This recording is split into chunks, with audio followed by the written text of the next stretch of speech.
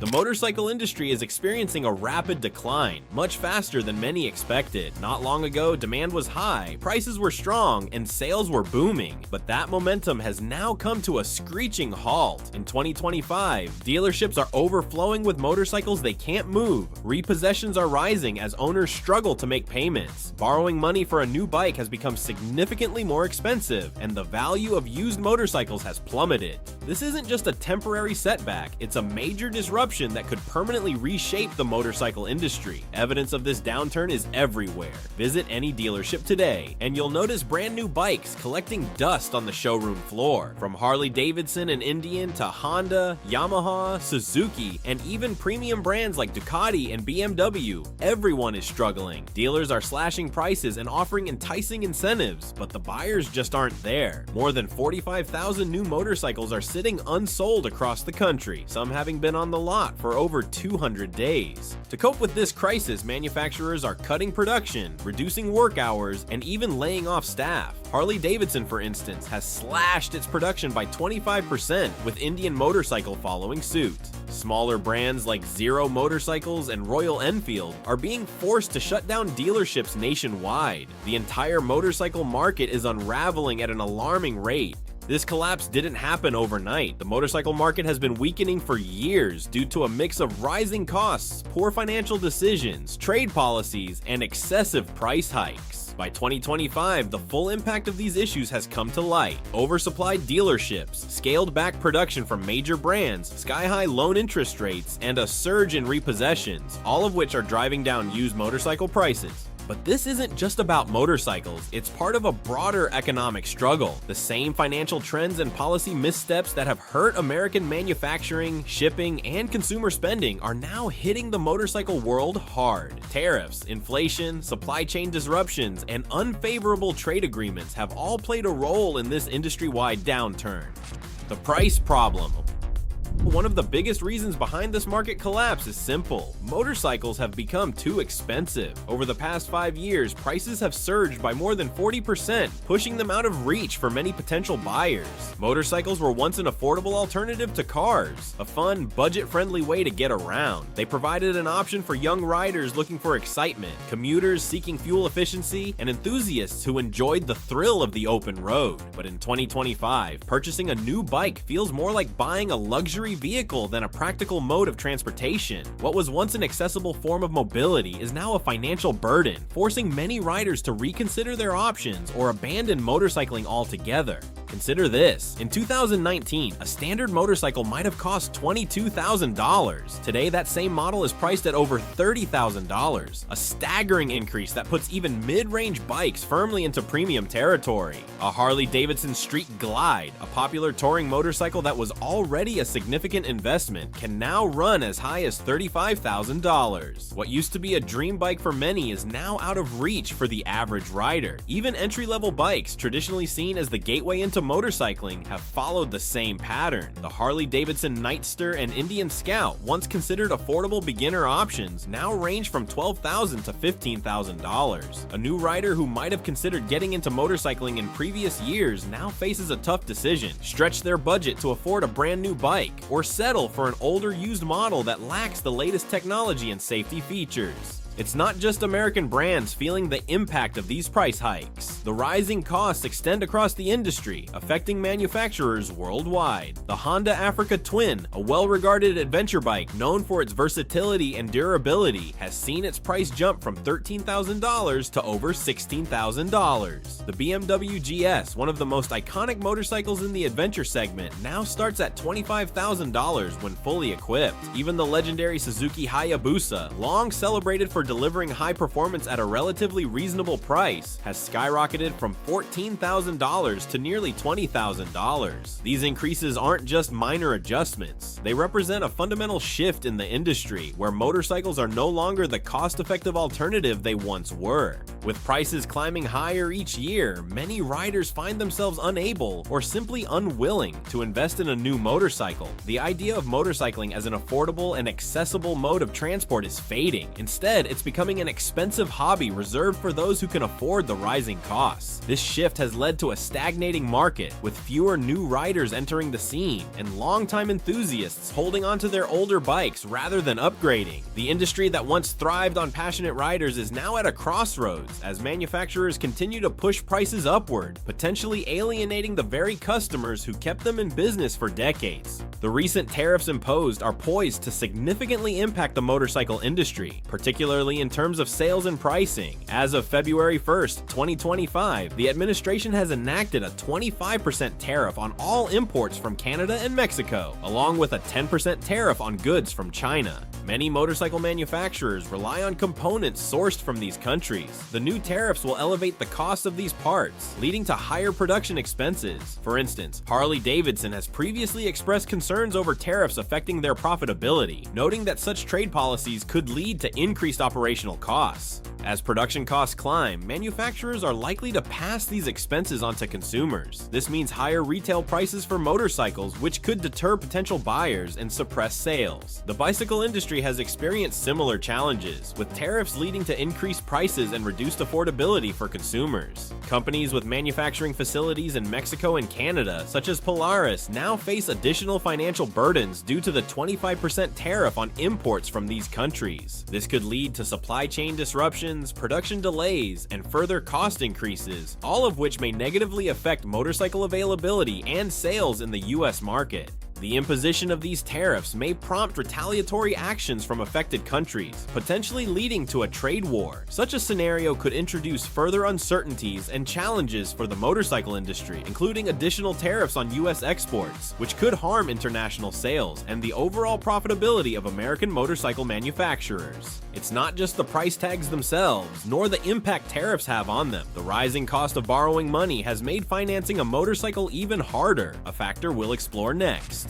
The cost of borrowing, a deal breaker for many. Even if someone is willing to pay the high sticker price for a new motorcycle, financing that purchase has become another massive roadblock. The cost of borrowing has soared, making monthly payments much less affordable. Back in 2019, getting a motorcycle loan was relatively easy, with interest rates hovering around 3 to 4% for those with good credit. Fast forward to 2025, and the landscape has changed drastically. The average interest rate for a new motorcycle loan now sits at around 10%, while used bike loans can exceed 11% or even 12%. Those with less than perfect credit are seeing offers as high as 15 to 18%, which means financing a motorcycle is now a costly financial decision rather than an accessible option.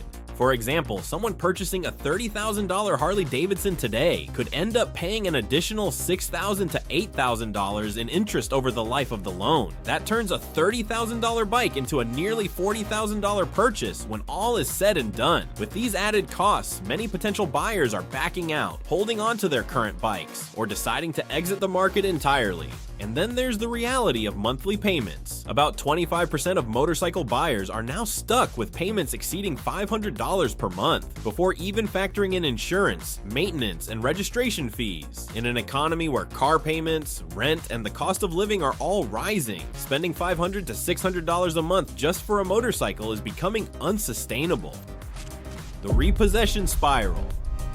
As the affordability crisis deepens, another major issue has emerged. Motorcycle repossessions are skyrocketing. Many riders who financed their bikes in better economic times are now unable to keep up with their payments. The result? A 28% jump in repossessions compared to the previous year. Lenders are seizing motorcycles at an alarming rate, and that flood of repossessed bikes is overwhelming the used market. With so many secondhand motorcycles available at steep discounts, the value of used bikes is tanking. This in turn is making it even harder for dealerships to sell new motorcycles, pushing them to lower their prices even further. Many riders who purchased motorcycles at inflated prices over the past few years are now finding themselves underwater on their loans, meaning they owe more on their bike than it's worth. Rather than continue making payments on something that's losing value fast, some owners are simply walking away, letting the banks take the loss. The used market is now flooded with cheap repossessed motorcycles, which only worsens the crisis for dealerships trying to sell brand new models. Dealerships in survival mode. With dealerships sitting on massive inventories of unsold bikes, many are in full-blown panic mode. Rows of gleaming motorcycles sit untouched on showroom floors, their price tags becoming less of a selling point and more of a burden. Every day these bikes go unsold, the financial strain on dealerships worsens. Carrying costs, including insurance, storage, and the mounting interest on financing, are piling up, creating a situation that is becoming increasingly unsustainable. The only way to ease this pressure is to move inventory, and to do that, dealers are resorting to extreme measures. Some are slashing thousands of dollars off price tags, offering deep discounts that would have been unheard of just a few years ago. Others are introducing aggressive financing incentives, such as zero-interest loans for limited periods, hoping to entice hesitant buyers into making a purchase. Many are even throwing in free accessories, extended warranties, and service packages in an effort to sweeten the deal. But here's the problem: buyers are catching on. They've seen this play out before in other industries, and they know that as long as dealerships remain desperate to sell, prices will only continue to drop. Instead of jumping on today's deals, many potential buyers are choosing to wait, expecting even bigger discounts down the line. This hesitation creates a dangerous feedback loop. The longer these motorcycles sit unsold, the more desperate dealerships become, leading to even steeper price cuts. This downward spiral is putting immense pressure on the industry and could drive some dealerships out of business altogether. Smaller dealerships are especially at risk. Unlike large corporate-owned dealers or chains with deeper financial reserves, independent shops often operate on much thinner margins. Many have already begun shutting their doors, unable to absorb the financial losses or compete with bigger sellers who can afford to ride out the storm. Some local dealerships, which have served their communities for decades, are finding themselves forced to liquidate inventory, lay off employees, and, in the worst cases, close permanently. If this trend continues, we could see a significant reduction in the number of motorcycle dealerships across the country, consolidating the market into the hands of fewer, larger businesses. For consumers, this means fewer options, less competition, and potentially higher prices in the long run. What was once a thriving network of dealerships catering to riders of all levels is now facing an uncertain future, all because the market has hit a tipping point that few saw coming. So what happens next? If you're in the market for a motorcycle, patience will pay off. With dealerships struggling to offload their massive inventories, prices are on a downward trajectory, and that trend isn't stopping anytime soon. The longer you wait, the more desperate sellers will become, forcing them to offer even steeper discounts just to stay afloat. In 6 months to a year, you could potentially save thousands of dollars on a brand new motorcycle as dealerships slash prices further, introduce more aggressive financing options, and throw in additional incentives to lure in hesitant buyers. If you're willing to wait, you might find yourself riding off on your dream bike at a price that would have been unthinkable just a few years ago. On the flip side, if you're looking to sell your motorcycle, time is not on your side. The market is shifting, and used bikes are flooding in as riders attempt to offload their motorcycles before values plummet even further. With an oversupply of both new and used bikes, resale values are already in decline. The longer you hold onto your bike, the less you'll be able to get for it. What might sell for a reasonable price today could be worth significantly less in a few months, as buyers gain more options and bargaining power. Those who act sooner may still salvage a decent return, but waiting too long could mean settling for a fraction of what your bike was once worth.